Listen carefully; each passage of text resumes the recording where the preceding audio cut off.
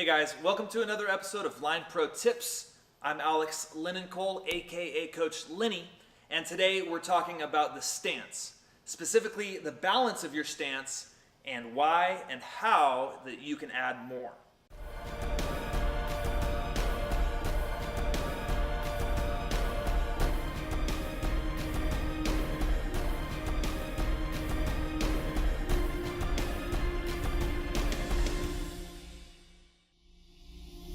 So balance is always seen as the biggest difference between an offensive line stance and a defensive line stance, okay? A defensive line stance doesn't need as much balance because they're always firing out forward, right? But an offensive lineman sometimes fires out forward, other times I need the pass set, other times I need the pull, so I have to be able to step with any foot in any direction immediately, so that's why I need balance as an offensive lineman. The other reason is you don't want to have no balance on a run play and all kinds of balance on a pass play or when you're pulling and start being able to have the defense get an idea of what the play is based off of your stance. Don't want that. So how can you, as an offensive lineman, improve in balance with your stance? To me, there are three factors of balance in your stance. One is where you put your hand down in your three-point stance. Two is how much weight you put on that hand once it's down and how you hold your hand. And three is your base and your stagger, all right? The balance that you have on your feet.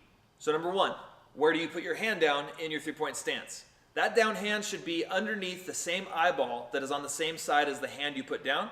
So if I put my right hand down, I'd aim to put that underneath my right eyeball. You could also put it underneath your chin guard, anywhere there underneath your face.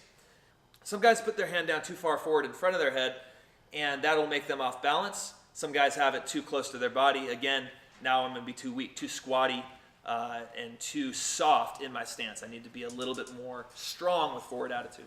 So second is how much weight I put on my hand itself, okay?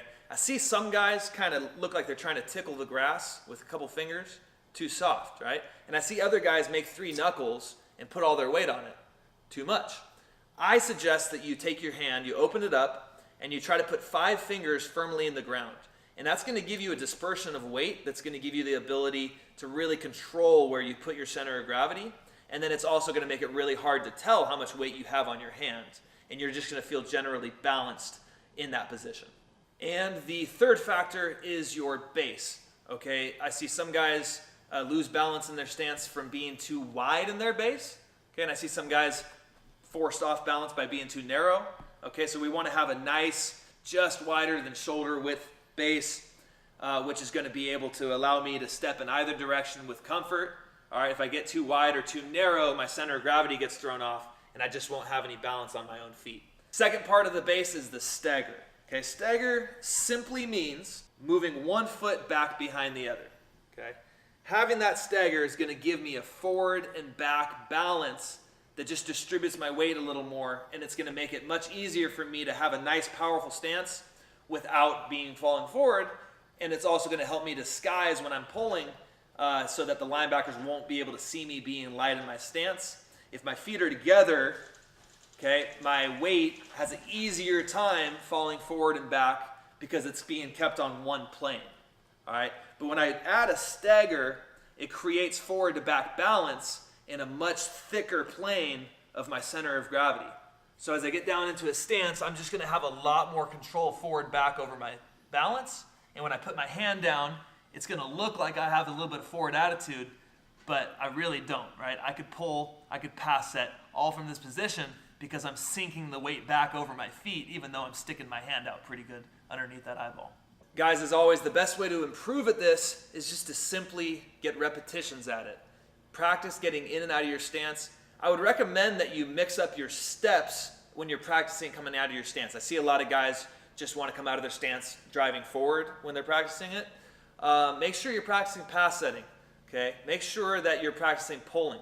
In fact, pulling is a great thing to practice to work on the balance of your stance because that's the most common one that I see where a guard or a tackle will tip off what the play is going to be because he's showing that he's going to pull in that direction, all right? So practice your balanced stance on pass plays, run plays, and pulling plays all alike so that you can get that nice uniform base stance, all right, so you can be a better player and no one can tell what the play is going to be.